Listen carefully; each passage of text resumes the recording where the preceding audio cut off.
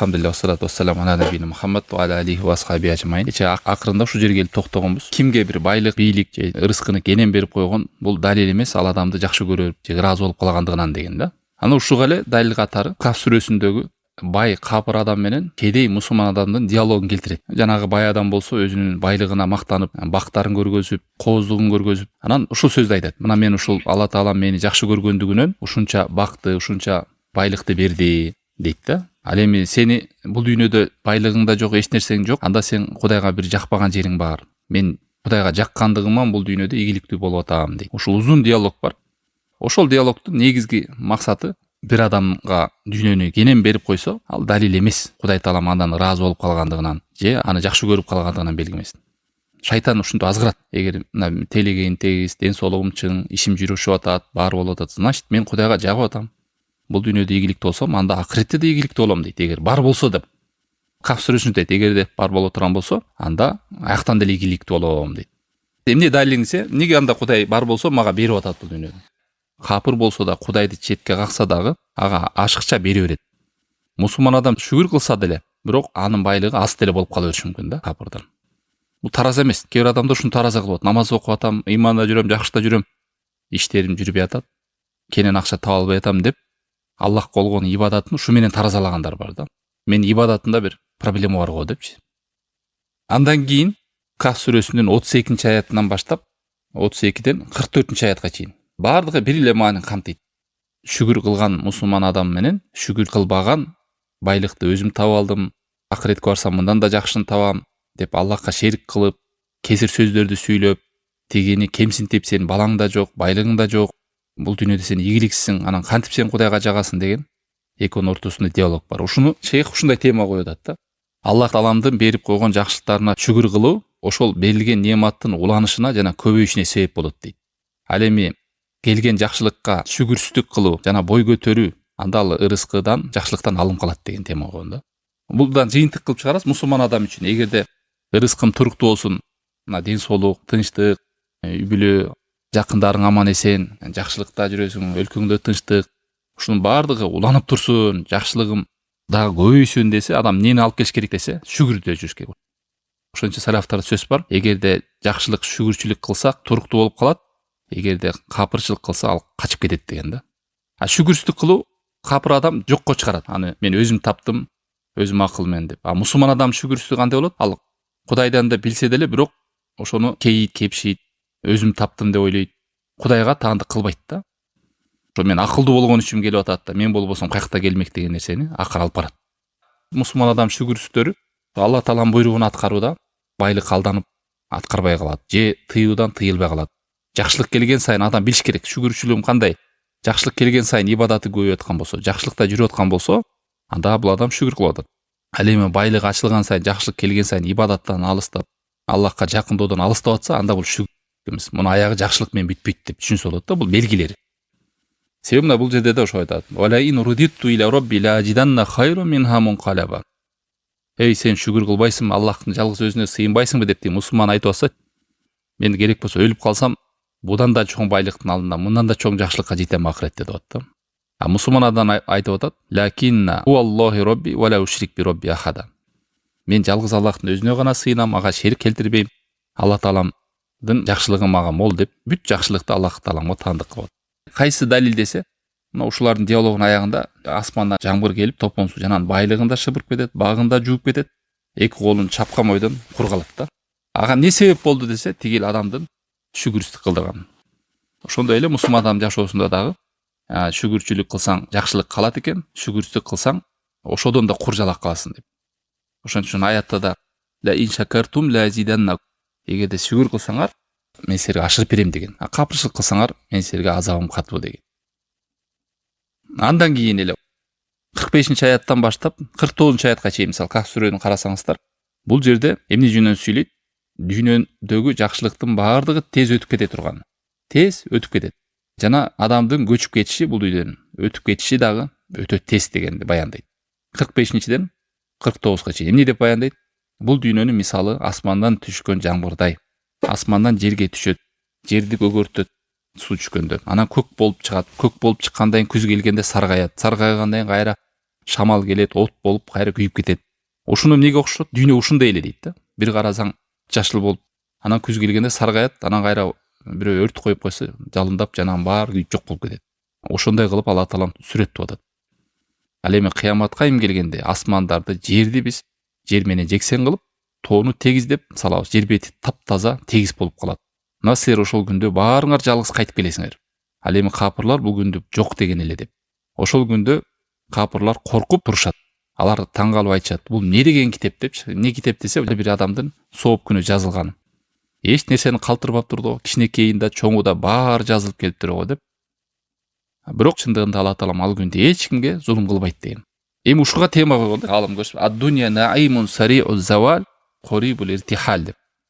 Бул дүйнөнүн жакшылыктары тез өтүп кетүүчү, адам акыретке тез көчүп кетүүчү деп атат болду. Ушунун баардыгы баяндайт. Анда эмне кылышым керек десе, адам баягы эле бул дүйнөдөгү максатын унутпа, акырет өтө жакын. Ар бир адамдын кыяматы бул өлүмү, ажалы. Андан кийинки дагы Каф сүрөсүнүн 90-жагдай бактылуулук, жакшылык, ийгилик каяктан келет десе, бирден бир чоң себеби Аллахтын аяттарына акыл калчап ой жүгүртүп сабак алуу. Ошол аятка ой жүгүртүү. Бул каякта айтып атат Каф сүрөсүндө эле 57-ден 58-аятка чейин Алла таалам айтып атат. Эмне деп айтып атат? Оман адламу мимман дуккира би аяти робби фа'рада анха ва насия ма каддамат яда. Ушундан өткөндө чоң өзүнө зулум кылган адам барбы дейт. Аллахтын аяттары эскерилсе, андан жүз бурган дейт. Жүз буруп эле эмес, андан кийин унутуп койгон өзүнүн кылган амалдарын. Күнөө кылып жүрөбү, кандай амал жүрөт, баш оорубайт. Мындайлардын биз жүрөктөрүн мөөр басып, парда коюп койгонбуз дейт. Кулактарын дүлөй болуп калганбыз. Аларды акыйкатка чакырсаң келбейт. Бирок Алла таалам кечиримдүү, ырайымдуу. Эгерде адамдардын күнөөсү үчүн жазалай турган болсо, жер бетинде эч кимди калтырмак эмес. Бирок кыямат күнгө калтырып койду дейт. Ошончо Алла таалам шашпайт. Кээ бир адамдар ойлой берет, ушундай күнөөлөрүн кылып атат, зулум кылып атат, адам өлтүрүп атат.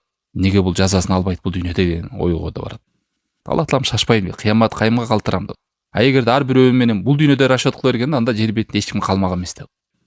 Ушул 57-ден 58-аятта биздин айта турган тема бу жерде фа'рада анха ва насия ма каддамат яда деген.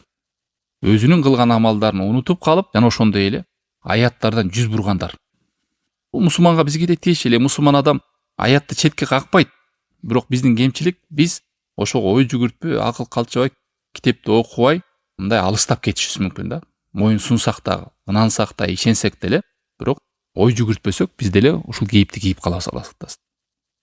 Кутулам десең, бактылуулуктун жолуна жетем десең, Аллахтын аяттарына акыл калчап, өзүңдү эсеп кысап кылып тур деп атат. Кандай амалда жүрөсүң? Акыркы амалдарым кандай болуп атат? Эмне кемчиликтер болуп атат амалдарында? Ошону ой жүгүртүр. Антпесең, Аллахтын аяттарынан жүз бурган болосуң, жана өзүңдүн амалдарың унутуп коесуң дейт. Андан кийинки дагы 61, 62, 63, 64-аяттагы Кахф сүрөсүндөгү Муса пайгамбар менен Хыдырдын диалогун козгойт. Бул жерде эмне бар десе, чындыгында илим алуу китеп менен келбейт экенин, илимди ушундай мажлистерге, алымдардын алдынан, илим ээлеринен ала турганын. Себеби бул дүйнөдө азыр азгырыктар көп, адамды алаксытуучу нерселер көп, жардам берүүчүлөр аз, үй бүлөдө муктаж, жакындарда муктаж, адам өзү жалгыз алысырап кетет, китептен өзү ала албайт, анын түшүнүгү башка, алымдар түшүндүрүп берген түшүнүк башка болуп калат. Ошон үчүн шейх айтып атат бул жерде, адам баласы илимди алымдардан, илим талап кылуучулардан алыш керек. Муса да себеп айтты да, вахий түшкөндө адамдар сурады, дей Муса, сизден өткөн илимди барбы жер бетине десе, жок деп койгон да. Болбосо алымдар айтат, Мусага илимди калган вахий менен эле берип койбостон, баланча жерде деген Хыдыр деген бар, ошого барасың, ошодо сен албаган илим бар деп. Анан ошол жердеги кыйынчылыктарды эми айтып беле койгоңуздар. Анын баардыгы бул жакта кенен сиздер окуп алсаңыздар болот. Кандай алыс жол жүргөнү, ага сабыр кылгандыгы, жолдогу машакаттары. Имам Саадинин сөзү бар. Ушул Хыдыр менен Муса пайгамбардын ортодогу сапары, диалогунда бир 100дөн ашык пайда бар экен. Ар бирөөнүндө өкүмдөрү, пайдалар бар ушул ортодо диалог. Илим кандай жол менен келет, бир нече адептери да бар. Бул ушу 60-тан 64 аятка чейин баяндалат. Ошондой эле илим алууда дагы келтирет, сабыр керек, бир максат керек, жакшы, химма мындай. Ким болгум келет? Эптеп эле сүйрөлүү эмес. Мен ушул дүйнөгө бир келдим, жакшы иш кылып кетейин. Чоң максат коюп. Ошондой болбосо, сабыр өзү эле жетишсиз да. максат болуш керек. Анан бир эмне кылгың келип атат, кандай жактан бир пайда бергиң келип атат, ушундай нерсени алдыга коюш керек. Бул дагы 65-66 аяттарда баяндайт. Ушундай бир кулдарыбыздан бир кул бар, ага биз ырайымыз менен илимди үйрөттүк, пайда бердик. Мусага барайт, эй Хыдыр, мен сени ээрчийин, сен мага Аллах түшүргөн илимди мага үйрөтөсүңбү дегенде. Ушул жерде сабырды жана максатты баяндайт дейт аалымдар. Кичпейилдүүлүктү, сабырды, максаты бар. Андан кийинки дагы Кахф сүрөсүндө токтолуш жагдай 103-104 аят. Бул аятта эмнени баяндайт? Адамдын амалынын жакшы болушу, амалы жакшы деп өзү ойлонгон ой жетишсиз да. Бул жерде ушуну айтып атат. Кээ бир адамдар мен ушул акылым туура деп көрүп атат могу амалды. Бул амал туура десе, туура болуп калбайт деп атат. Адамдын акылы эле эмнени туура десе туура боло бербейт, эмнени ак десе ак, кара десе кара боло бербейт. Эгерде туура дегени далилдин негизинде туура болсо, анда ал туура болот. Жана ошондой эле пайгамбар алейхиссалату вассалам жолуна дал келсе, ошол туура болот. Бирок негизги максат ушул деп атат шейх. Алла таалам 103-104 аятта: "Эй Мухаммад, айткын" дейт. "Мен силерге бул дүйнөдө амалдары текке кетүүчү адамдарды кабар берейинби" дейт. Алар кимдер десе, алладина долла са'юхум, алардын мээнеттери кур кетип текке кеткендер бул дүйнөдө. Бирок ошол эле учурда вахум яхсабун аннахум юхсинуна суна, алар биз кыйратып сонун амал кылып атабыз деп ойлогондор дейт. Көрдүңүздөр, булардын өздөрү амалдарын туура эмес деп көргөн эмес, туура деп көргөн. Чырайлуу амал кылып атабыз, биздин ой пикирибиз туура деген, бирок ою да, пикири да, бул амалдардын баардыгы текке кетүүчү деп атат. Анан бул нерседен эмне түшүнүк алабыз десе, эмнеге мындай жагдайга булар туш болуп калды десе, себеби булар өздөрүнүн туура деп ойлогон оюн, түшүнүгүн Куран менен сүннөткө таразага салган эмес. Өздөрүнүн акылына эле таянган болду. Канча деген адамдар бүгүнкү күндө мына акылына таянып, мен кайсыны туура деп көрсөм ал туура, кайсыны туура эмес деп көрсөм ошо туура эмес деп ошо менен чектелип калгандар бар. Чыныгы тараза бул туура деп ойлогонун Куран сүннөткө дал келиши. Мына булардын зыянга учурап калган себеби ошол болду дейт. Адашууга түшүшүн себеби да ушул болду. Алла таалам ачык баяндады.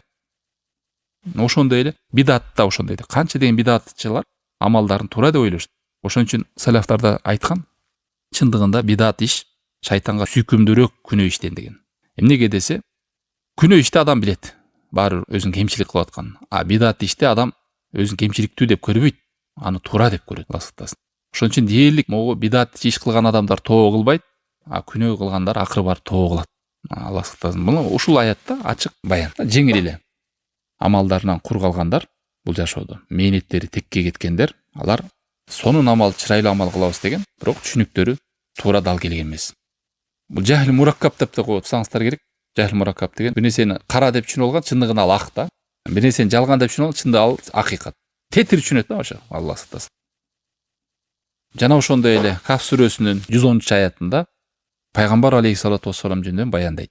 Бул жерде Аллахтын элчиси периште эмес, адам затынан эле чыккан адам. Бирок Алла таалам буга пайгамбарлык деген миссияны берди. Аны пайгамбар деп улуктап ага сыйынылып кетилбейт, ошондой эле аны адам деп жалганга чыгарып ага баш ийилбей коюлбайт деген. Кээ бир адамдар адам десе, пайгамбар деле адашат деп ал пайгамбарга доо кетирет. Аллахтын элчиси, Аллахтан келген элчи десе, ага сыйынып, аны ортомчу кылып, бул жагынан да ашат чабышат. Ахли сунна экөөнүн тең ордуна коет. Ашат чаап пайгамбарга сыйынып кетпейт. Ошондой эле пайгамбарды таштап бидат кылып, акылына салып, өзү амал кыла бербейт. Аны жалганга чыгарып, же баш ийбей койбойт. Бул эмне деп атат? Кахф сүрөсү 110 аятында: "Эй Мухаммад, айткын" деген. "Иннама ана башару мислукум юха илей." Мен силердей эле адаммын, болгон эле мага вахий түшүп турат dedi. Аллахтан келген кабарлар түшөт, аны мен силерге баяндап, ачыктап берем. Чындыгында силердин Кудайыңар жалгыз Аллах өзү гана деп. Мына ушундай Кахф сүрөсүн тафсирлеген да. Кээ бирлер пайгамбар нурдан жаралган, пайгамбардын касиети өзгөчө, бейиште жазылып турат экен, бул адам табиятынан эмес экен, ал башкача экен дегендер, ушуну далил катары келтирсеңиздер болот. Айтып атат: "Мен силердей эле адаммын, болгону мага вахий түшүп турат. Адаммын деп мага баш ийбей, мен жалганга чыгарып салбагыла, Аллахтын элчиси деп мага сыйынып салбагыла. Сыйынып же ортомчу кылып, Аллах сактасын, шерик кылып албагыла." Кээ бирлер пайгамбарды сыйынып кетишет, улуктап кетет. Мунун баары ката. Кээ бирлер пайгамбарды теңине албай, Аллахтын элчиси катары урматтап сыйлабай, ага баш ийбей кетет. Акылын салып, же бир бидат ишти кылып, Аллах сактасын. Эмне бүт нерсени эле пайгамбардын сүйлөгөндөй, анын кылгандай кыла беребизби депчи ибадатты.